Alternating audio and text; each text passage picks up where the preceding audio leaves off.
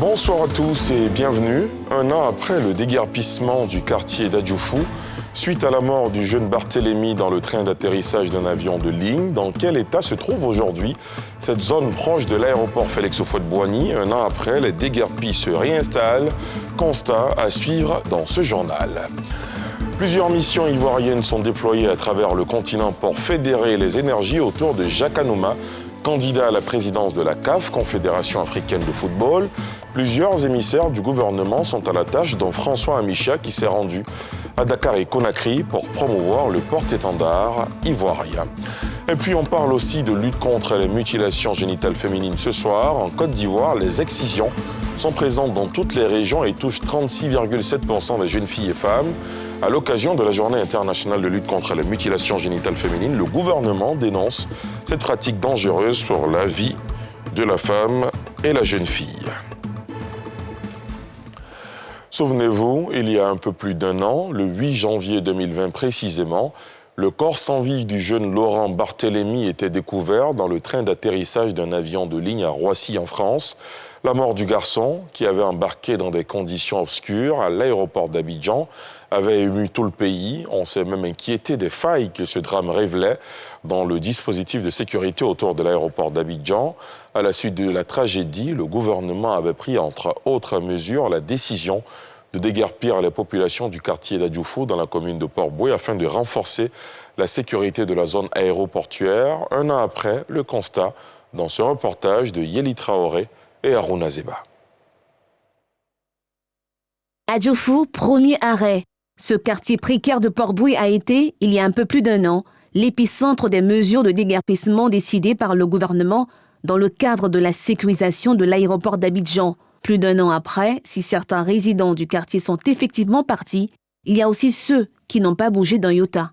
N'ayant pas de point où je vais m'installer, je n'ai pas pu me déplacer. Je suis resté dans le site. On n'a pas de l'eau ici pour boire, il n'y a pas de l'eau. Ils ont enlevé toutes les pompes du quartier, ils ont été enlevées. Donc aujourd'hui, pour boire, là, on creuse dans le puits. Pour boire. Le courant aussi, après avoir cassé certaines maisons, tous nos compteurs ont été volés. Tout volé. Moi, j'avais 32 compteurs dans ma niche. Tous les 32 sont partis. Venons vraiment nous dégaspiller, casser ici, vraiment. Donc, on aimerait que vraiment le gouvernement, les autorités nous aident, vraiment. Les uns, ils ont demandé, on n'a pas parti pour laisser le coin, mais nous, on n'a pas parti. On voulait rester dans nos coins parce que c'est le terrain de nos papas. Donc, on est resté dedans pour le moment. Il ne faut pas que les gens vont venir aussi pour casser les sticks des gens. On est resté dedans pour le moment jusqu'à aujourd'hui. On est là. On est là à travailler dessus doucement. Le statu quo installé incite des résidents partis au moment du déguerpissement à revenir occuper leurs anciennes habitations après quelques travaux effectués de manière sommaire. Nous habitons ici depuis que nous sommes venus du Burkina. Nous avons eu nos enfants ici. Certains de ces enfants se sont mariés ici. Nous étions partis et nous sommes maintenant de retour ici, malgré le flou de la situation. Nous n'avons pas de moyens et avons couvert le toit d'une chambre dans laquelle nous vivons, en attendant. D'autres effectuent des travaux dans leur maison initialement abandonnée en vue d'un retour imminent. Tous lancent un appel aux autorités en vue d'obtenir une clarification de leur situation d'entre deux chaises, d'autant que si la présence de la population semble à tout le moins tolérée, les commodités comme le courant et l'eau courante semblent être de lointains souvenirs pour les résidents d'Adjoufou premier arrêt. Cette décision gouvernementale avait été motivée par la découverte du corps sans vie du jeune Laurent Barthélémy dans le train d'atterrissage d'un avion de ligne en provenance d'Abidjan. Cette tragédie avait plongé le pays en émoi. Certains se sont aussi inquiétés des failles qu'elle révélait dans les mesures de sécurité autour de l'aéroport d'Abidjan. Pour couper court aux spéculations et aux commentaires, le gouvernement avait décidé du déguerpissement du quartier Adjoufou. Je vous le disais en titre, ici en Côte d'Ivoire, les excisions sont présentes dans toutes les régions et touchent 36,7% des femmes et jeunes filles avec une prédominance dans les zones du nord-ouest, du nord et du centre-nord. À l'occasion de la Journée internationale de lutte contre les mutilations génitales, le ministère de la Femme, de la Famille et de l'Enfant a marqué un arrêt pour dénoncer cette pratique dangereuse pour la vie de la femme. Nadia Eidja, Eric Kimo. L'excision Non à l'excision, on ne le dira jamais assez. Et pourtant, cette pratique qui consiste en l'ablation totale ou partielle des organes génitaux féminins extérieurs semble gagner du terrain en cette période de Covid-19. En Côte d'Ivoire, on dénombre entre 2018 et janvier 2021 64 cas d'excision, dont 10 recensés seulement dans ce mois de janvier. La Journée internationale de lutte contre les mutilations génitales féminines, tenue pour cette édition autour du thème « Unissons-nous, finançons, agissons pour mettre fin aux mutilations génitales féminines », est le lieu d'interpeller les décideurs pour un engagement budgétaire de tous. Il est également important que dans le cadre de son programme social, le gouvernement alloue une ligne budgétaire annuelle et conséquente à la lutte contre les violences faites aux femmes, y compris la lutte contre le MGF. Finançons des approches novatrices et celles qui se sont montrées efficaces. Agissons pour mettre fin aux mutilations génitales féminines à l'horizon 2030. Et s'il faut agir, c'est que les MGF affectent considérablement l'épanouissement de la femme et l'exposent à des risques tels que les troubles psychologiques, les infections telles que le VIH-Sida ou encore les complications de grossesse. Le ministère a mis à la disposition du public un service téléphonique d'assistance pour pouvoir dénoncer gratuitement et sous anonymat toute violence que subirait toute femme ou fille. Ce sont les lignes 1308 et 116. C'est dans une synergie d'action que nous pourrons mettre fin à ce phénomène qui menace la santé et la vie des femmes et des filles. En Côte d'Ivoire, 36,7% de femmes âgées de 15 à 49 ans ont déjà été victimes de cette pratique. Plusieurs initiatives ont été prises en faveur de la protection des droits de la femme et de l'enfant. Parmi elles, l'article 394 du 10 juillet 2019 qui fixe une amende de 200 000 à 2 millions de francs CFA et une condamnation allant d'1 an à 20 ans d'emprisonnement en fonction des conséquences de l'opération. Plusieurs missions ivoiriennes sont déployées à travers le continent pour fédérer les énergies autour de Jacques-Bernard Anouma, candidat à la présidence de la CAF, la Confédération africaine de football.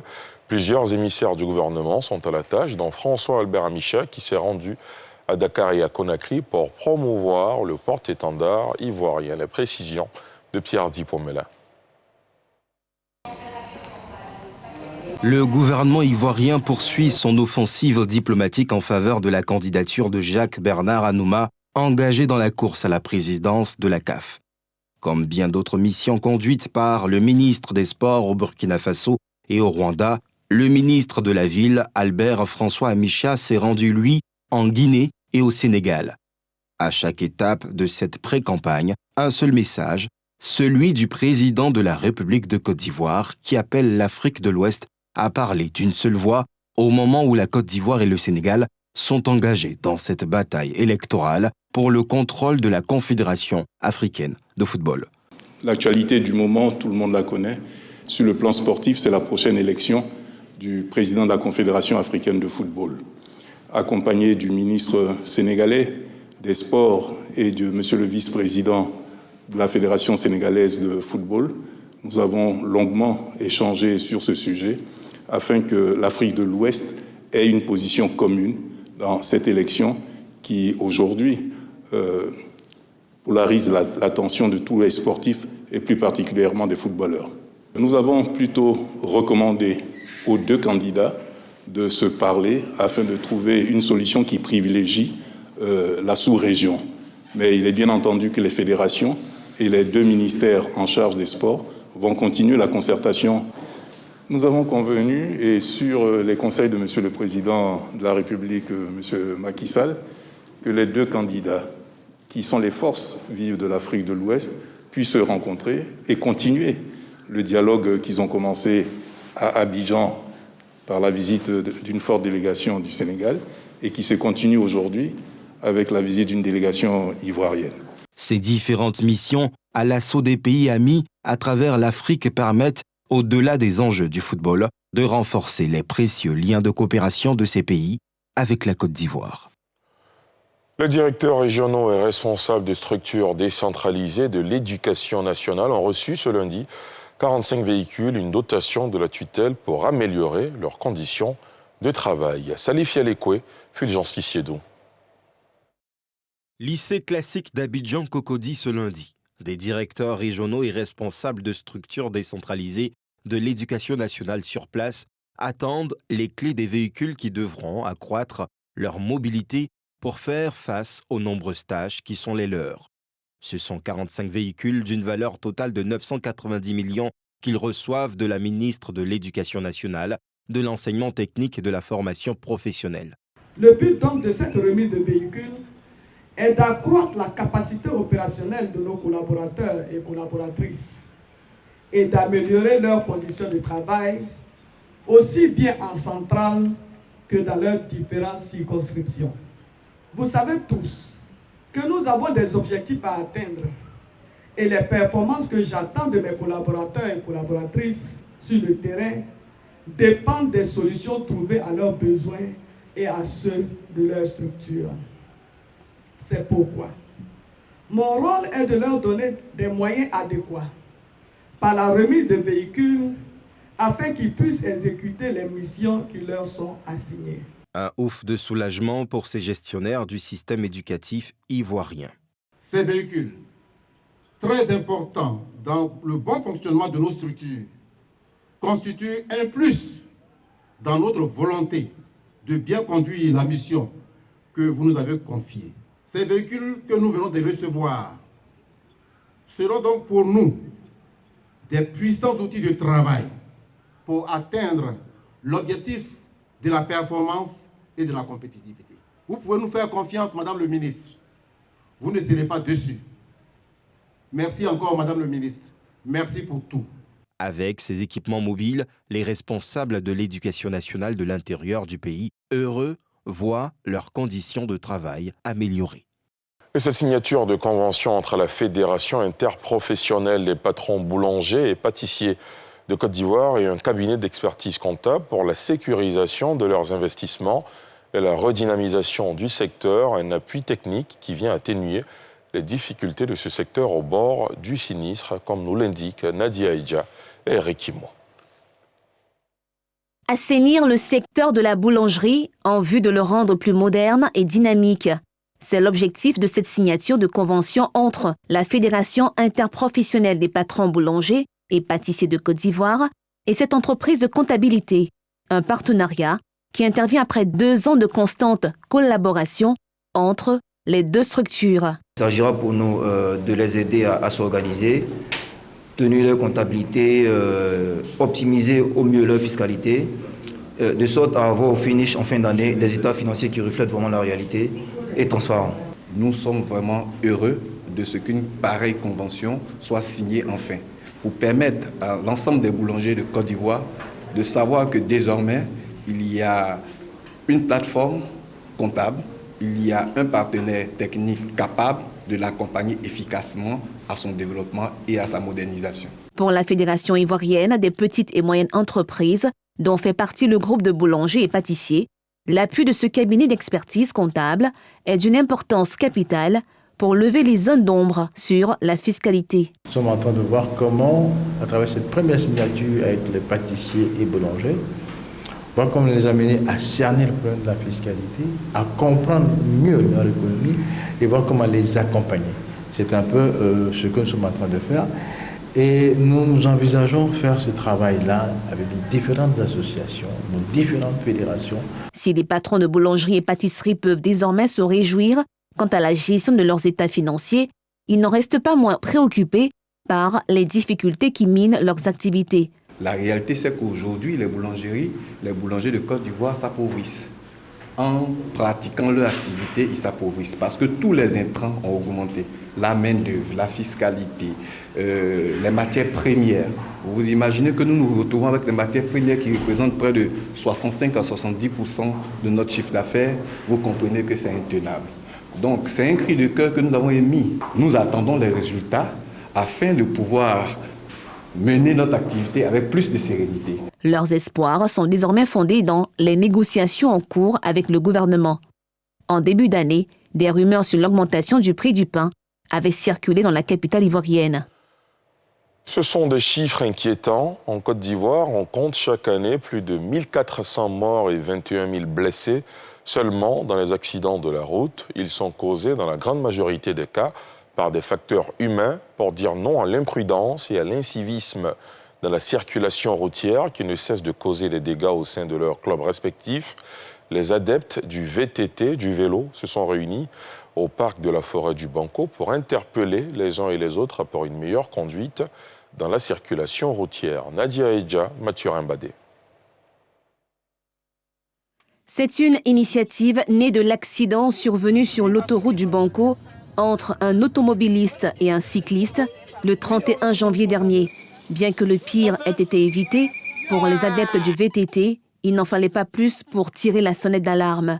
Ce dimanche, ils étaient environ 300, issus de 13 clubs, à se réunir pour une randonnée dans le parc de la forêt du Banco afin de lancer un message contre l'incivisme routier. Nous sommes ici ce matin pour le sport. Et il y a l'un de nos collaborateurs, de nos coéquipiers qui a eu malheureusement une situation difficile le dimanche passé. Et pour lui rendre hommage et rendre hommage aussi à tous ceux qui ont vécu des cas difficiles, il veut dire d'accidents ou tout ça là, de circulation. Cet appel, il souhaite également le faire entendre des autorités en vue de la construction de davantage de pistes cyclables. Pour sensibiliser les autorités à la protection des cyclistes, mais des marcheurs, de tous les gens qui empruntent la voie publique. Bien souvent, les automobilistes ne font pas attention et il y a comme ça de graves accidents, des fois mortels, sur ces gens-là. Aujourd'hui, nos politiques doivent penser plus aux infrastructures dédiées au vélo. Il faudrait aussi qu'il y ait une loi qui protège les cyclistes. Et le focus reste surtout sur la sensibilisation des pistes cyclables, parce qu'il le faut. Et la preuve, le vélo n'a pas qu'un impact seulement sur le sport. Le vélo aussi a un impact sur notre environnement. Profitant de l'événement, le président du club sport Découverte Ivoire a invité les cyclistes sur la route au port systématique des équipements de protection. Il faut rouler sur le trottoir, il faut faire le maximum attention. Il faut avoir des équipements de protection, donc un chasuble fluorescent, il faut avoir un casque, il faut avoir des gants et il ne faut pas avoir des écouteurs dans les oreilles. Comme ça, on entend les bruits, on fait attention.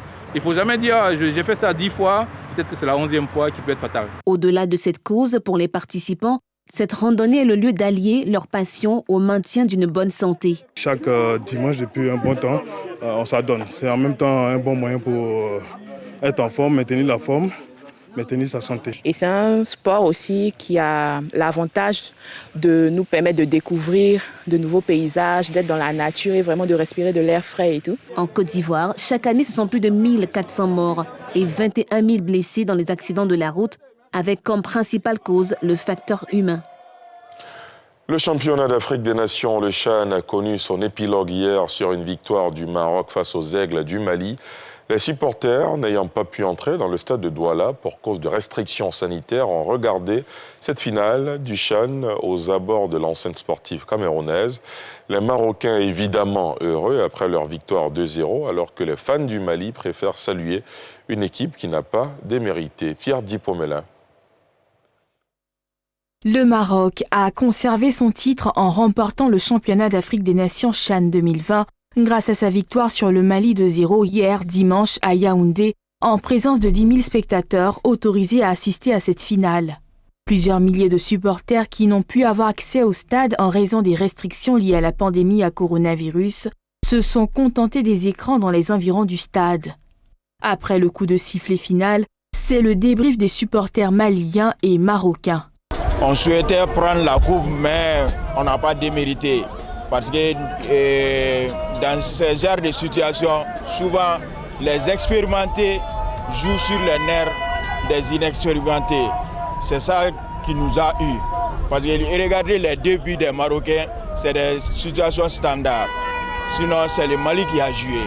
Franchement, ils ont bien joué. Le Mali a bien joué, mais malheureusement, le SAS n'a pas été de leur côté. Franchement, ils ont mérité cette victoire, mais la victoire, c'est le destin. On est très satisfaits et ils ont bien joué, même si le premier mi-temps en fait, était un peu difficile, mais c'est bon. Allez, 2 beaux buts.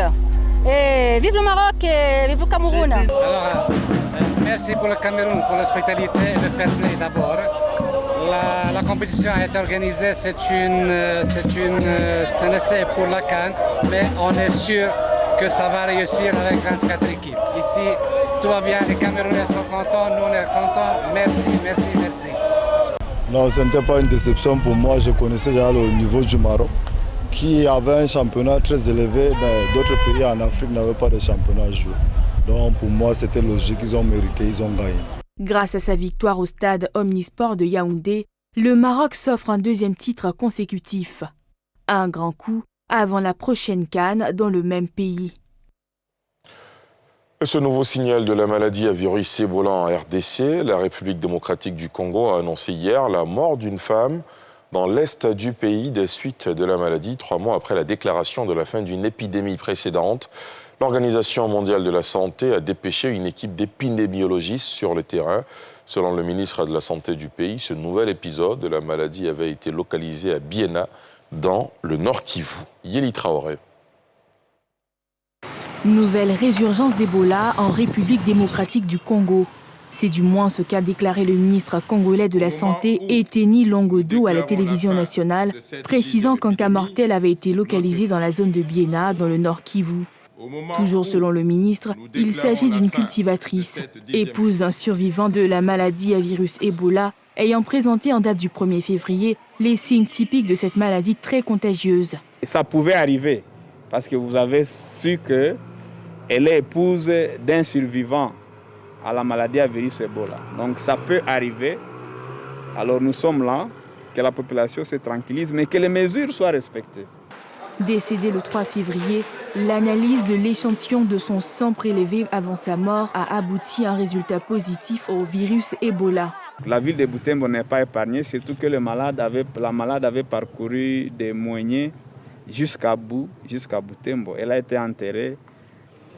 Le village de Biena se trouve sur le territoire de Butembo, où des épidémiologistes de l'Organisation mondiale de la santé sont en train d'enquêter sur place et où plus de 70 contacts ont été identifiés. Ce nouveau cas a été enregistré après l'annonce le 18 novembre 2020 de la fin officielle de la 11e épidémie de la maladie à virus Ebola dans la province de l'Équateur, dans le nord-ouest, qui a causé la mort de 55 personnes sur 130 cas recensés. Le dernier malade d'Ebola avait été déclaré guéri dans cette province congolaise le 16 octobre 2020. Et c'est ici que prend fin ce journal préparé par l'ensemble de la rédaction. Merci de l'avoir suivi.